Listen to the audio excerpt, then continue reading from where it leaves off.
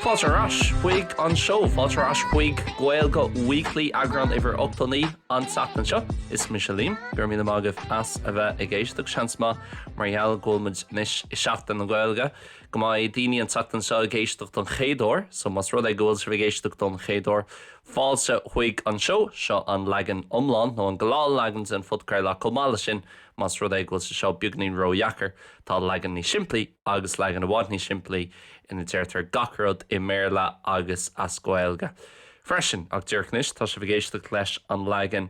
omláin agus is tócha gúil sa seo mar chuid a dó de seachtain na Gaeilge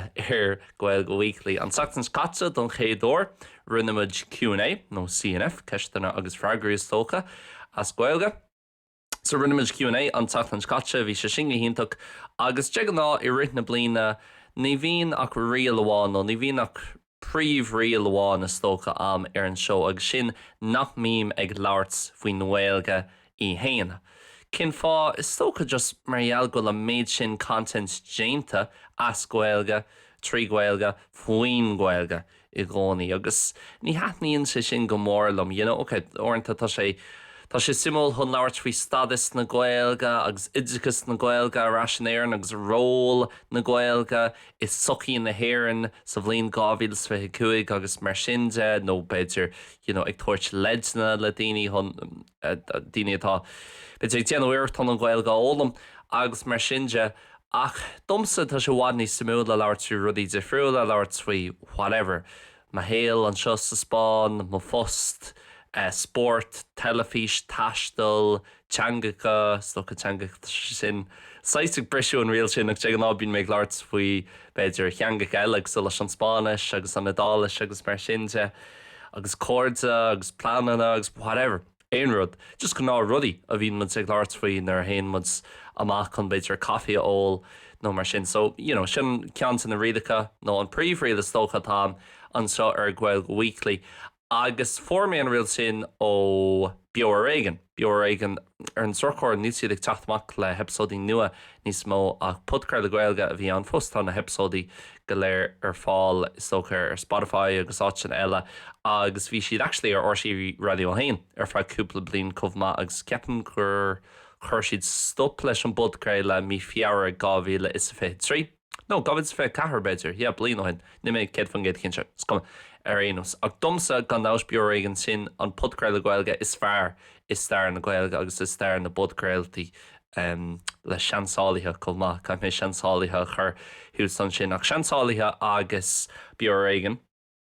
Domsa ní bíad is ócha an gácheann na cheasan amach domsa nar bhím ag smaoinú faoi podcrailtaí na Gaeilge agus na cínas fearr atá Déanta ag daoine agus tá níos mó cían ag teachsús is tócha ag teachtamach gach seachtain anis agus ba méid labhairt faoi sin agus cicomh mór agus atá ag éirí an Gaeilge agus an Gaeilge ag éirí níos mó agus níos is tócha popular níos cool an tám fad agus go háirthe anis leis na mian thosaitheoirí agus leis an technoliacht a méid sin daoine bhfuil seansaú chun rud ag an na chruthú as Gaeilge ní sé cosúla 5 bliain ó hin nó 3 bliain ó hin bhíort a bheith ag obair le TG cethir nó telefís na Gaeilge mar bhí sé nó RCE beidir chun rud ag an na chruthú trí mian na Gaeilge. Ach arénos an taon óir I rint na bliana a bhín ag brisú an réil sin cheatan na Gaeilge agus bí méid labhairt beagnaín faoin Theanga I hain. Agus is tócha cin fábhfuil an Gaeilge tábhachtach am féin tá sam go sé sin sais rát agam an nura, so ba daoine an dulrás go dtí an tagrán na rinne mé stócha an teachtain seo beidir an tagrán déarnach rih lá le porc de an bín méid labhairt faoin Gaeilge an agran sin. So má tá sé bh géirí dulrás éisteacht leis an gceann sin is féidir libh so déanmíocht gan an rud céanna rá imlíonn ach ba méid labhairt is tócha ba méid labhairt beagnaín faoi cin fá bhfuil an Gaeilge tábhachta domsa sa céad le sin seo agus an sin sa dara le ag labhairt beagnaín faoi cábhfuil an Gaeilge anis agus mas le stadas na Gaeilge agus an dearcha tá daoine I dró na Gaeilge agus mar sin de ba méid labhairt cábhfuil an teanga anis a gcomhpháirtíocht beidir le bliain ó hin nó cúpla bliain ó hin. So dús cin fá bhfuil an Gaeilge tábhachta domsa is tócha tá sé beagnaí difriúil domsa ní mór an simagam faoi a bheith láirt faoi stadas na Gaeilge, so tá sam lán daoine i lán Gaeilgeoirí bíonn siad líofa b'éidir agus i gcónaí bíonn siad ag labhairt faoi ché chomh tábhachtach agus tá an Gaeilge. B'éidir mar gheall nach bhfuil mé i mo chonaí an éireann agus mar gheall nach bhfuil páistí agam, mar gheall nach bhfuil mé ag obair in éireann tá mé beagnaí dtí cheangalsa why agus mar gheall ar sin beidir tá sin níos éasca domsa rá ní sin rá hábhachtach domsa. Ok, tá sé tábhachtach, tá sam go sé tábhachtach ach ní bhíon mé catha mór an amig muoine faoi caiithmid é seo dhéanana leis an Gaeilge tá an Gaeilge tá an ról seo ag an Gaeilge i mé héal. Freisin ní rud politiúil é ach an aird tá sam ar nóid bíon daoine an bhain sin gohair beidir poblachtaigh agus bíonn siad anna tá sé anna tábhachtach dómh a bheith ina éireannach agus hon an Theanga a labhairt agus beidir éire aontaithe bhealgíonn sa todhchaí agus rudaí mar sin, níl an Gaeilge tábhachtach dom maidir lei sin, or dún sé mBéarla sin ghfuil an Gaeilge tábhachtach dom. Agus mar luí mé an teachtain scata ar an Q&A, ní rud é ach an aird ghfuil an Gaeilge am mar mo chéad Theanga. Tá mo chuid mBéarla bhád níos fearr ná mo chuid Gaeilge, well, a bhád níos fearr, tá níos fearr ar éanos. Mar sin an Theanga tá mar mo chéad Theanga. So, cin fáil sé tábhachtach, is dócha just bíon mise ag smaoine faoi sa bhealach seo. Más as an rancú de gná le réon tú Frankis mar do chéad Theanga. Más as an Spáinthú agus más Spáineachú bíonn tú ag labhairt a Spáinis. I chéad Theanga bíonn tú nuair bhíon ok, beidir mar hampla is as an Spáinthú ach tá tú i do chonaí san ísiltír. No, in éireann, no, wherever, really, not. Ok, beidir go mín tú an sin ag labhairt sa mBéarla nó teangach eile le daoine an tamar fad agus fiú beidir nuair hagann tú bhaile tar éis lá ag an ifig nó lá ar scóil bíonn tú fécinn sa rud ag an i mBéarla nó arís i Theanga eile ar Netflix ach, really, nuair atá tú leat féin nuair atá tú ag bringlóid sa gcónaí nuair bhíon man ag smaoine faoi Theanga tá sé simúil chun fécinn sair i gcéin Theanga a bhíon daoine ag bringlóids agus nuair bhíon tú in náir leat féin tein tú ras chuig an Spáinis nó tein an duine sin a ras chuig na Spáinise nó péad Theanga ó bhfuil acu mar a Theanga dúchas is tócha. So, cé nach bhfuil an Gaeilge mar mo chéad Theanga, bíonn mise ag smaoine faoi sa bhealach sin fresh. Well, is as éireann mé, ní as sasanna mé, so an sais default language domsa, tá mé chun an Gaeilge úsáid más féidlam, so, well, slá tá neohan tá ag déanú an éireacht chun an nadála seolalam, so tá ag déanú éireacht a bheith i gcónaí ag smaoinmh trí dális, agus ag scríomhlán rudí síos trí dális ach te ná nuair bhí me éonar agus níl mé beidir ag déanú aon rud lein Theanga eile déanam éireacht a bheith ag labhairt trí Gaeilge i mé cheann agus sin rud ionach le daoine atá ag fólam agus ní deirtar é seo go minic rilí nar bhíon daoine ag labhairt faoi ó an Gaeilge ólam jobí daoine gur caiithú éisteacht le pod Gaeltaí caiithú fécinn ar TG cethir agus tá sé sin fíor ach an rud is mó an clacht is mó go bhfuir dúsáid ná a bheith ag labhairt as Gaeilge i cheann cé minic agus is féidir leat mar tatúán an clachta sin a dhéanú éon óir den lá nó sad so ar na sin scéile agus tá nearttar gránaí téantagam faoi beidir faoin Gaeilge ólam agus leidsanna atá am chun an Gaeilge nó aon Theanga ólam. Ach, sin an rud domsa, just is as éireann mé, tá pás éireannach am, tá bródú le bheith imime éireannach éis ní rud politiúil é sin, ní rud in tíortha eile, nó in daoine eile, just, tá túnán a bheith bródúil as de hir hain gan a bheith politiúil dar lumsa. So, mBéarla sin, just ok, mBéarla sin tá mé chun an Gaeilge a labhairt agus an Gaeilge úsáid. Agus ní bhíon mé rilí ag smaoine faoi ó áiliocht na Gaeilge agus nach bhfuil an Gaeilge choálainn agus an film, tá sé a rís na sin tábhachtach i gcónaí term, ok, na hidálaigh mar hampla. Ní bhíon siad sin i gcónaí ag smaoine faoin cén ról atá ag an nadális ina ddír hain. No, bhíon siad sin ag smaoine faoi cé go bhálainn agus atá an nadális agus na fumanna nó an chuí a bhíon mud sa chur rudaí an úil trí bheán na hidálise. No, it's just being siad ag smaoin of, well, ní bhíonn siad ag smaoin of faoi aonrad ceapan, just being siad ag go, well, sas an idal méid, so tá mé hun an adála se labhart. Agus tá mé ná teanga eile labhart, agus tá mé hun na teanga sin úsáid, beidir an mBéarla, beidir an Spanish, whatever. Ach, an default, tá mé hun an Gaeilge úsáid. Cenach bhfuil sé an mar me cé Theanga, agus cé go mín mé ag bringloads mar hampla go minic i mBéarla, nuair tá mé in ann, tá mé hun rudí athrú go Gaeilge, fiú tá labhar amsa, ní díalan atá ann ach tá labhar nóta amsa agus just scríbn cúpla bullet points ag deire an lei gach lá cad tharla ar an lá sin, chun onas go mbeidh an féic an siar gan cúpla bliain agus dulrás agus rá an 10 lá mí mórta gabhas fé cuaig cinsáis rud ar an méid déanamh ar an lá sin cin chuí ra méid maithú, just cúpla bullet points agus sinna actually rinne mé dearmatána é dhéanamh réir, so gaith mé é sinna dhéanamh le ha inné díreach tar éis dom an podcréile seo a chríichnú. Ach, déanam é sin as Gaeilge. Agus ní hé sin le rá ótá sin níos éasca dom, scríomh trí Gaeilge ná i mBéarla, agus ní mé grách an airad ghfuil sin níos deise chun é léomhrás agus é scrífa as Gaeilge. No, tá sé mar an ggéan le really, just tá sé dúir cosúil leis an mBéarla ach just tá na focail difriúil. So, just mar eile sin bín méid smaoin, tá sé sach simplí i mi cheansa. Is ar nach méid so tá mé hon ar Theanga i úsáid agus ar Theanga a labhart. Now, tá sé bhád níos éasca domsa mar a luí mé an sachtan scatsa, bhí an Gaeilge timpplair agus mis ag fású níos, ní ramid ag caint mór an Gaeilge sa teach ach bhí si i gcónaí am agus bhí si gcónaí an sin agus bhí sé cosúil leis an gnárod just an Gaeilge clostal. Ní sé beidir más as blog léathú agus sintáit éigen agus closan tú daoine ag labhart as Gaeilge níl tá tú smaoinmh le what cin fábhfuil daoine ag labhart ní sé mar sin in aileamh agus níl mór nátainna in aileamh ina mín iontas is dócha ar ghaoine chun an Gaeilge clostal mar tá sé tá tíor cnacha le chunamara agus tá sé mar an gnárod really an sin chun an dá Theanga chlostal is dócha. So tá buntáiste agam ní mé rá gohfuil gachtain an é seo a dhéanamh go héasca. Ach sin ní a rís ní bhíon méid smaoinmh réidir faoi na ceistan in níos mó. Beidir nuair atá mé ní sinna, nímeach fé cethir, so beidir nuair atá mé ní sinna ba méid smaoinmh faoi na rudaí sin ach domsa faoi láthair a héal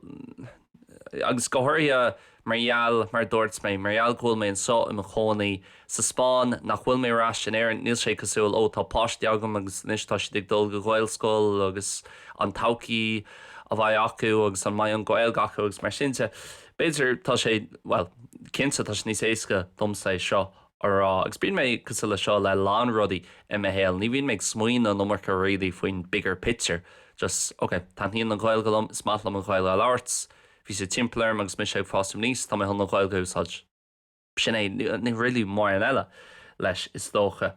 Beidir is rudí seo a tháinig ó teacht go dtí an Spáin, mar rís nuair tá tú a choní Spáin ar nói bualann tú agus casan tú le lán daoine Spáinneacha a chomhpháirtíocht sin bualann tú le lán daoine as tíorthéile, as an ísiltír, as an Gearmán, as an Fortingale, as an Idáil agus mar sinse. So mar sin, beidir tá tú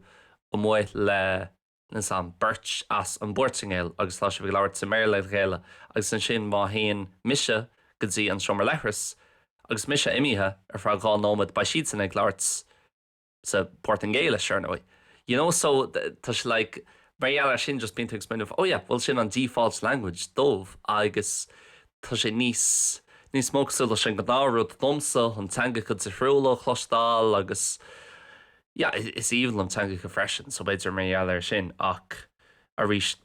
it kind of reinforces an smaoin of sin más as an Idáil who bíonn tú buint úsáid as an Idáil is gach lá más as an rúisú bíonn tú úsáid ar bíonn tú buint úsáid go leisceil as an rúis is gach lá. So beidir mar sin agus mise in áit le lán Theanga go difriúla timpplair an tamar fad bí méid smaoinmh níos mó sa bhealach sin. Is dócha freisin ní had níon an mBéarla go mór, well, tá níon an mBéarla lums, tá sé ionta chun an mBéarla úsáid agus is dócha chud smód sa mo chóirte timppla an dain bí mit ag labhart sa mBéarla le chéile, tá sé ionta gohfuil an an mód commerceáide sin agin agus go bhfuil teang éigen bhfuil an bhirtagén nó an tróragin in an leabhartnar táid le chéile. Ach ní maithlam an chuí ó bhfuil an béarla beidir gairí mar an teanga ofaigúil idirnáisiúnta agus an teanga a bhíon gach duine ag úsáid, orintanta mar hampla ná marall gohfuil mo chuid Spáis a bhhad níos fearr na leitheanta seo a gcompráid le chuna sa bhí sé trí nó ceir bliain ó hin, ní tharlíonn sé seo domsa go minic. Ach orintanta tarlíonn sé go thiríthe áit le lántóirseoirí áit idirnáisiúnta mar hampla nuair tá mé ag an airfort an seo sa bhfuil beidir tá ag dul trí na gataí slandála agus má tá fáib le mhála dearann siad rud ag an lom orintanta Spáis ach orintanta i mBéarla just marall go le méid sin daoine idirnáisiúnta ag dul tríd na háite. Agus tuigim cin fá mar ar nóí a lán daoine beidir trocha fan géad, carcha fan géad de gachtainna haon trí airfort na sa bhfuil. Níl an Spáis acu nó níl Spáis líofa acu. So tuigim cin fá ach ag nam ceanna tá ní níon sa sin mar mas rud é go leanthaí sa sin ará bhfuil i cean trocha bliain carcha bliain ba gachtain ag leart i mBéarla nó ba béarla gachtain agus béidir mar gheallgúil an mBéarla mar céad Theanga ní níon sa sin go mórlam mar cuidean sé is tócha cuidean spragu atá agam chun teangacha eile a ólam mar hampla nuimi chun an túláis mar hampla Swedish a ólam go dó i héal ceapam mar tá Berlínta na gachtainna sa túl an beidir ní cis ma é sin ní fá ó é sin gan an túláin se ólam ní sam ach just níos go má ní hetnín sé go mólam sin cean san na fána go daithníon an Spáin go mórlam agus an édáil mar nach chfuil mór an mBéarla ag daoine fóstalá an Johan go thoirí an seo sa bhfuil níl mBéarla ag mór an daoine ar churbegus tá sé sin go hinnta caríonn sé sin go mórlam chun an Spáis úsáid an tamar fad agus béidir marall sin agus marall nach daithníon an mBéarla go mórlam nó nach daithníon níos mó nach daithníon an mBéarlam ach nach daithníon an smuoin seo agus an conceap seo ba sé go hinntaach chun an mBéarla ba béarla gachtainna timppla an dain agus ba mit scaléir in an commerceáid dhéanana le chéile agus ní ceapan ghfuil sé sin an tarlú ceapan nar tatú a choní san orp má híonn sé ghfuil béarla go lán daoine actually Déanta go dtí an Afric nó béarla mór an daoine ar churbe agus tíortha cos le Nigeria agus Ghana, South Africa áitna ina ráite an mBéarla má híonn tú go marcha cheas níl béarla ag aine rialaí an rud céan is dócha America lór an rúis mar hampla má híonn tú ag an rúis níl béarla ach beidir ag 5 fungéid, 10 fungéid duna daoine an sin ceapan ar sas na statisticí atá feici amsa. So tá sé éasca chun a bheith ceapú tá béarla gachtainna inis níos go má ach actually ní béarla mór an daoine rialaí má bhíon ag smuoine faoin dain ar fád áitina sú leis an tí níos mó na billiún daoine an sin níl béarla ach ag beidir 5 fungéid ar éis gen daonra an sin. So ní ceapan ghfuil sé rochonna ach ag an am ceanna níl mé géirí go éiríonn sé níos measa agus go níos mó daoine in an mBéarla labhairt le ord caiideán mar hampla. So beidir marall ar sin freisin déanam iirecht chun níos mó Gaeilge úsáid agus chun a bheith a chur béim agus tábhacht ar an Gaeilge i héalsa marall nach daithníon an smuoinmh sin lom agus nach bhfuil mé géirí gohfuil an down row sais globalised just tócha sin an buzzword sna leitheanta seo nach mín. So tá rud ag an eile scríb síos agam an seo. Beidir marall nach bhfuil mé am chonaí in éireann tugann sé ceangailt ag an domsa. Tá sé mis inis im chonaí sa Spáin le ceir bliana nús na bugannaí níos mó inis actually ach thart ar ceir bliana an sa Spáin agus tá lán cords agam an agus sa séir na gíd so marall ar sin bín me fóstan an is tócha cúneáil le deagháil le mahéamh éireannach nó ní mahéamh éireannach ach just má chultúir agus tá sé deachhairntar go háirnar tá tú an áit cos le sa bhfuil tá sa bhfuil có Spáineach agus có old school agus có tá focalíntaach I mBéarla, the opposite verse official, authentic, tá sé an fear rud atá ann seo is sa bhéal agus dú mór an thorsaíocht réalaí agus mar dúirt mé na béarlagan lá daoine tá cultúr na Spáine, cultúr tradiisiúnta na Spáine, fear hábhaach an So mBéarla sin tá éasca chun áir sa sucked into that. Agus tá sin híntaach chun an cultúr sin a bhláisiú agus chun mothú mar chuid bheog den cultúr sin agus bheith ná na Theanga ólamach. Ag an am ceanna nimé géirí is dócha an chuid éarnach a chailú. So mBéarla sin beidir tá níos mó sprágu an bíon méid ag buint níos mó úsáid as an Gaeilge an seo sa Spáin ná mar bhí mar sin éan de an ná. So agus sin rud gan dáis a lán daoine agus tá sé duchreidsa an na statistics mar hampla na daoine a bhí na Gaeilge Gaeilge Weekly na daoine a bhí na chlórú patreon.com/learnirishonline na méid daoine a méid éarnig ina gcónaí sa Gearmán, sa Rank, sa Spáin, san Astráil, I Gceanada, sna Stáitsaontaithe, áiteanna dheirfiúla fud an dam tá rud éigean más éarnach acu nar a haon tú th lear beidir tá níos mó grá ad don Theanga nó tugann tú fao dear actually tá mé géirí an Theanga seo ó ólam, tá mé géirí a bheith líofa sa Theanga seo, tá mé géirí fiosrúcháin chur mar chuid Gaeilge mar a níos agus mise th lear tuigim cin fá ó bhfuil sé có tábhaach. So stocha mBéarla an gúpla rud sin tá an Gaeilge tábhata domsa agus a gcónaí baisí agus tá mé fear bhródul chun a bheith in an Gaeilge a úsáid tá fear bhuaoch gohfuil post agam ina bhfuil mé an Gaeilge úsáid gach lá. Honestly, tá se I mé aonar inis I humor culta just ag tafaú an fudcrta seo agus tá sé cool just gur seo má fust, is féidir am síos agus just leabhart as Gaeilge ar feadh leat agus an sin é churmach agus tá daoine timppla dáin éisteacht leis tá sé cool agus arís ní bhéh sé sin mar an ggéana dá méach. Dá méid mé is tócha ag leabhart I mBéarla. Agus sin rud freisin, ceapam agus mé sé ag airí sinna tá ag airí beidir beagnaí níos spiritual le cúpla rud agus ceapan ghfuil rud an sin faoi is as mar hamplas duine fear éarnach mé mar bhirt hisismothirí is as éarníd má chathair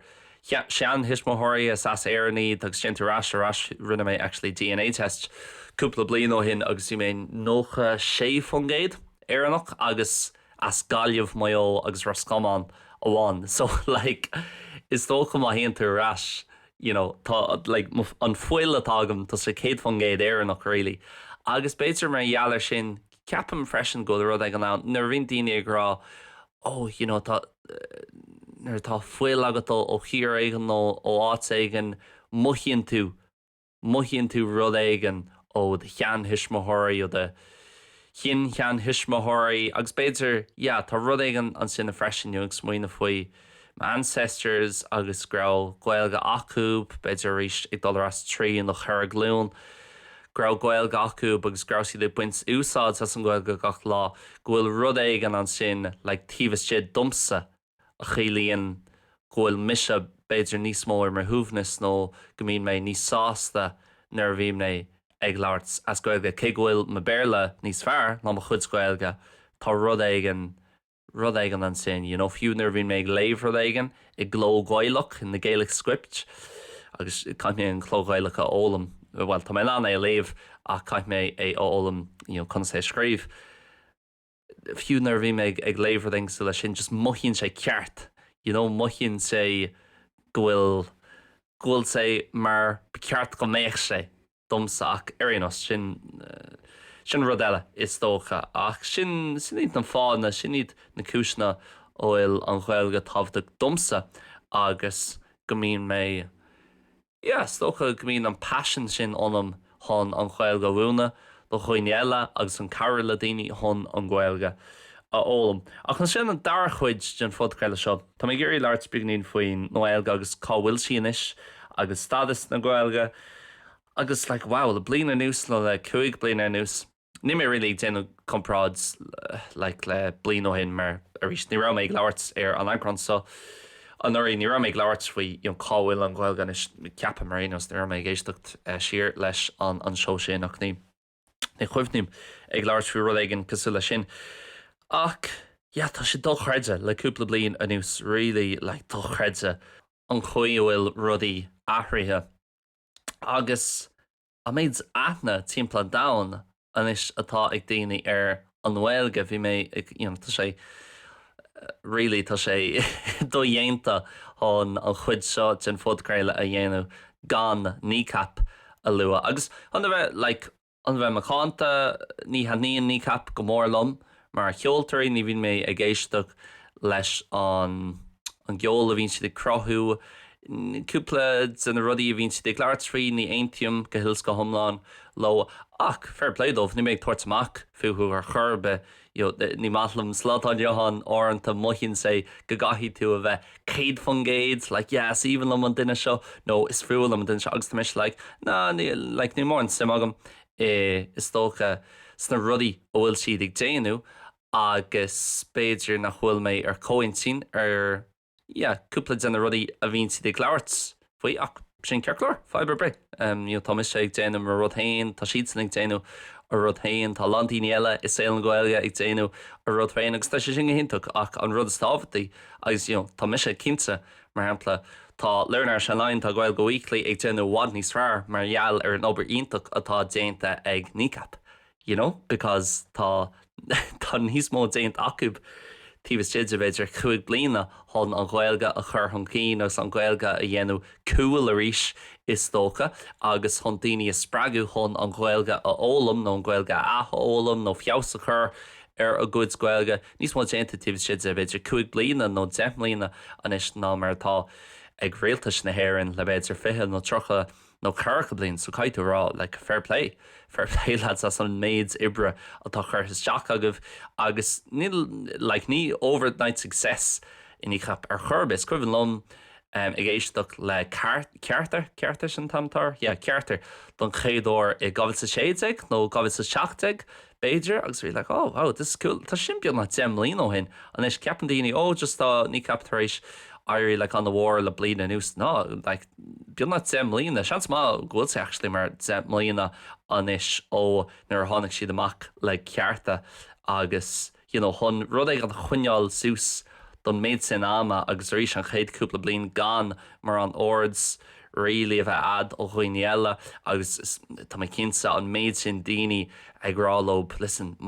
is rapparí iontacha sibh le cean fáin nach chuil sa bhíh déanana níos mar rudaí i mBéarla agus ba níos má daoine géisteach ag just an leanúintrá agus chuineáil leis an smuoinmh sin an bon smuoinmh a bhí acu agus an brinlóds a bhí acu go hianta gur fad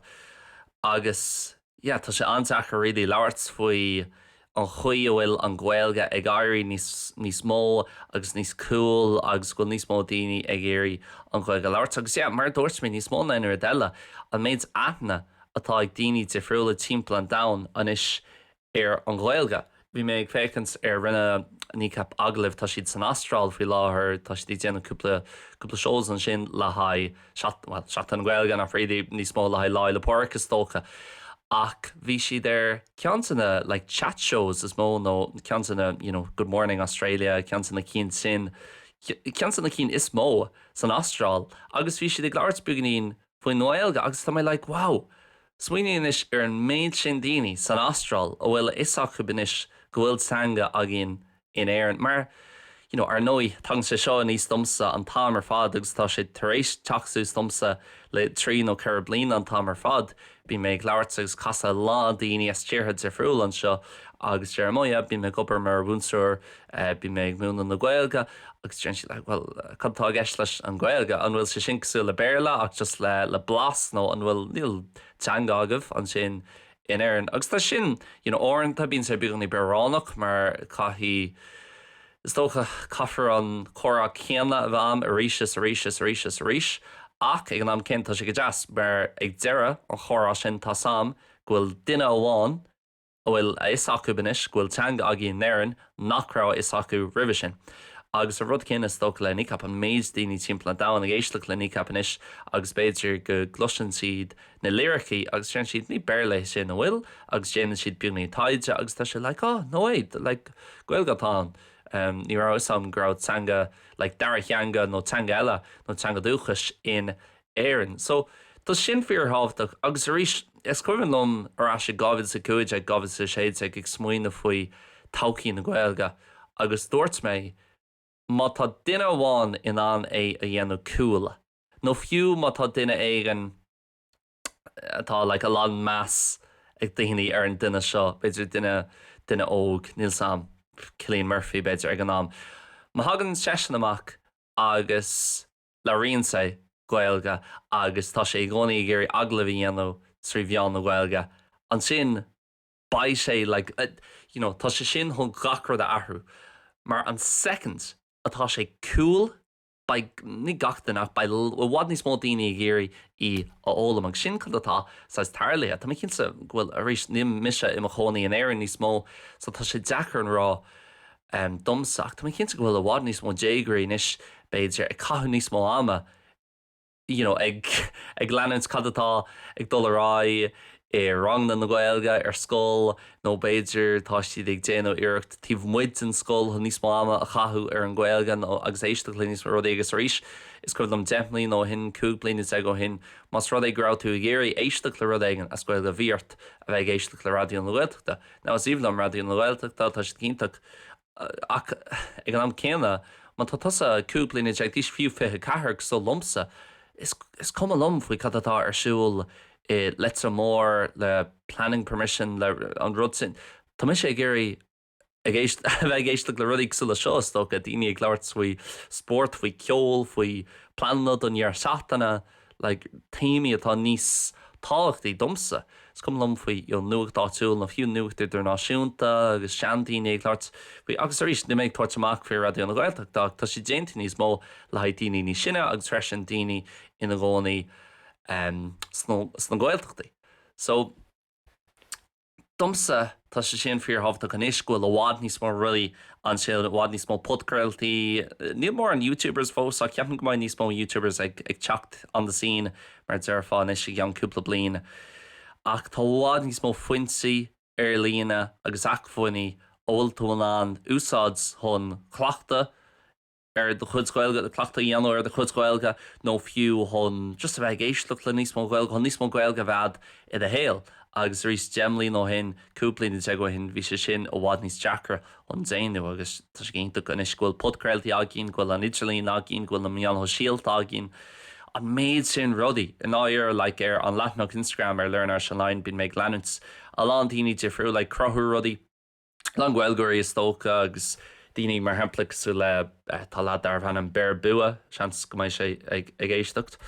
agus le déanaan sesin a lán gansaithe agus éadaí difriúla agus málaí difriúla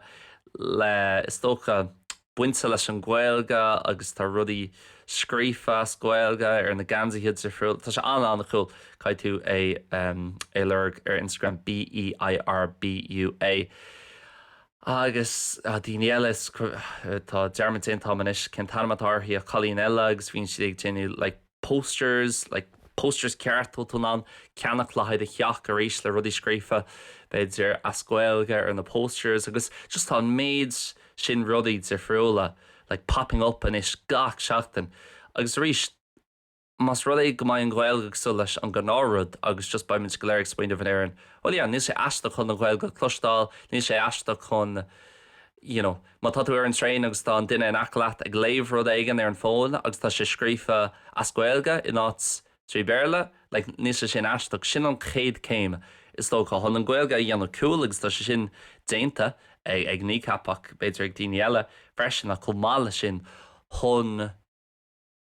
an Gaeilge bheith sin mar an gnáthród mar gus bhí mé ag leabhart fao an teachtans caiteach bhí sé sin cótábhacht domsa. Ní rah sé le tá tú ag leabhart as Gaeilge tá sin aisteach nó má chusin tú beidir an Gaeilge áitéigen ag an siopa ní rah sé le cad é sin bhí sé le bhil ar nóid tá tú an leabhart as Gaeilge nó mBéarla agus a rís beidir téinte sin arás chuig an smaoine bhí agam níos déine. Ní caiithú bheith smaoine faoin Gaeilge faoi an cóhéic starúil agus an cóhéic máid sé leis an gultar. No, just it's a mode of communication. Meán cumarsáilte town. Sin é really, the more an eile. Okay, tá am ná rudí eile a rá faoi ach really at the end of the day ag deir an lei. It's bailach é chun cumarsáidíana le daoine eile. Agus actually beidir má táid ag smaoine faoi sa bhealach sin. Ba sé actually níos éasca mar ní bhaimid ag déile leis an méid baggage sin agus mid san rudaí agsúla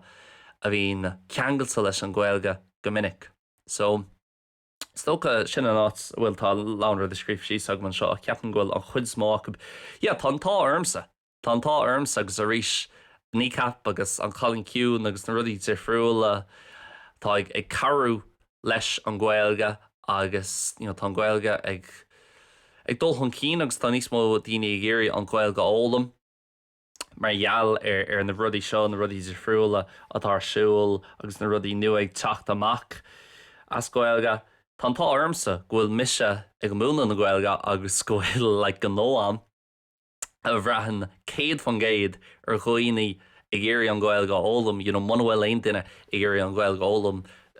níl mise an leanúint le a fust cinnte mar ní mé in an aon airgid a thuile agus feicimíon op na gach seachtain gach míon na himhreacha a méid éisteacht ar Gaeilge Weekly mar hampla agus bíonn sé ag airí níos mó ag méadú an tamar fad. So tá ormsa mar bhain sa Gaeilge ghfuil mise deirc éis an cólach strong gan óseo leanúint hosú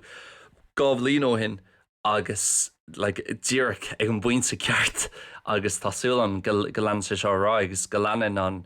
an craze seo faoin Gaeilge agus an glúiseacht seo, this movement má leis an Gaeilge go leanan sé rá ar fá bhád níos mám agus ní bhaid sé cosúil tá sé fécinn siar gan temlín ag an gcuirbhan leat bhí gachtain ag darsfin Gaeilge ar bliana nó gábhlíon agus an sin rinne gachtainine dearmid ar tásúlan nach mai sé cos le sin fan go bhheicimiid mar beidir go maiid níl sad riomh cad a th loí sa taucií. Ach tá fearbhhaoich bhfuil an post seo agam go féidslam a bheith mar chuid bheog den glúiseacht seogus leúna dé baimid ag fécinn srás ar ag fécinn siar gan 5 bliana ag rá. Wow, sna fihidí agus na trocadí tháinig rud éigen speisialta ó héal na Gaeilge agus tháinig sais réomhlóid éigen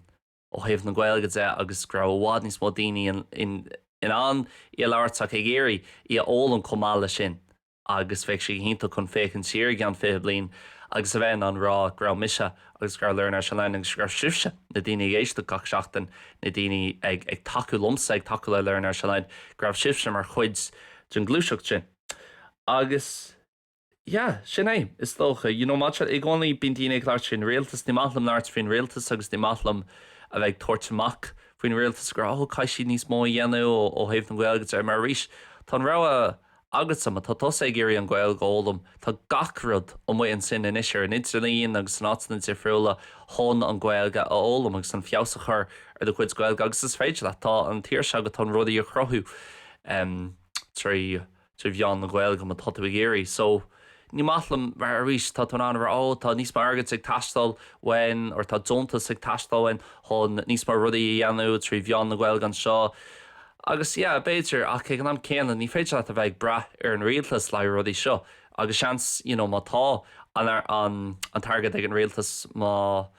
rud ag gaiithne siad an targad agus níos mar agad ar an Gaeilge. Well, béidir ní caafar é sa bhealach ceart agus béidir chur agad a bhaid ann, so ní maithlam bheith smaoin bh nómarcha faoin rialtas agus is tócha stad a sofagiúil atá ag an Gaeilge an éireann is fearr lomsa a bheith smaoine faoi, well,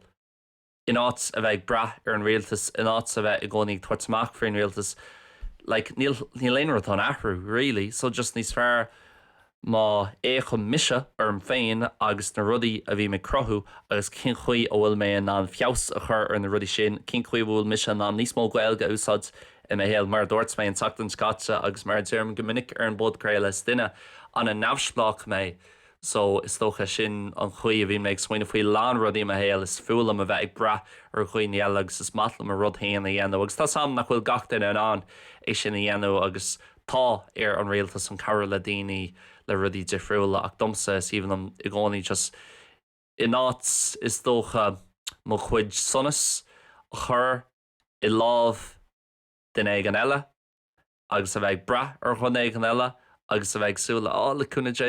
tá duine seo nó tá rialtas seo nó tá grúpa seo chun cabhrúlam just rá if you want a job done, do it yourself by sin níos fearr, so sin an dearcha támsa agus ceapan maríis in áit an méid sin ama chahuan méid sin ama gcónaí ag smaoine faoin réaltas a gcónaí ag smaoine faoi an bhfuid an níos mó dhéanamh just déanamh rud. Ok, beidir go mbeidh sin níos deachra gan an Deontas ón réaltas, beidir go mbeidh sin níos deachra leis na rialacha mar atá siad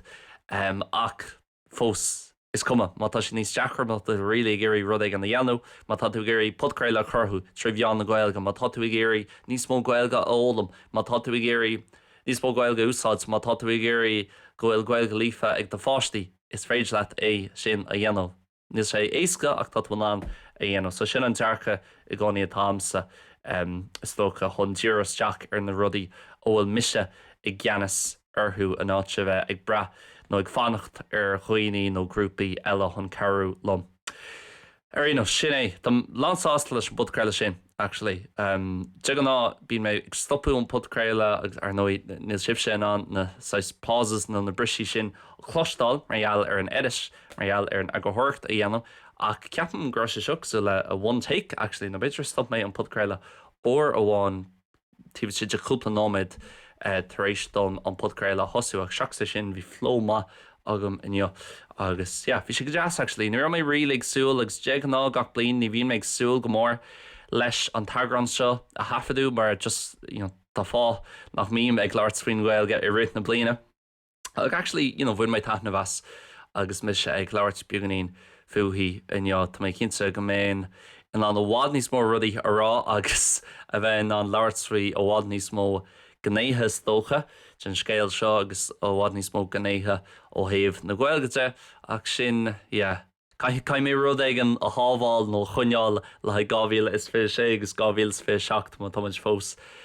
ag déanú Gaeilge Weekly ag an am sin. Sorrynos, cruinóid an sin gais gur míle agah as a bheith éisteacht, Tá fear week as an daceocht i gcónaí. Ní bhaid méid leirtlih a ríis a rih lá é le porc, so buin taitnamh as lá é le porc. Ní mé cinsa an mai podcréile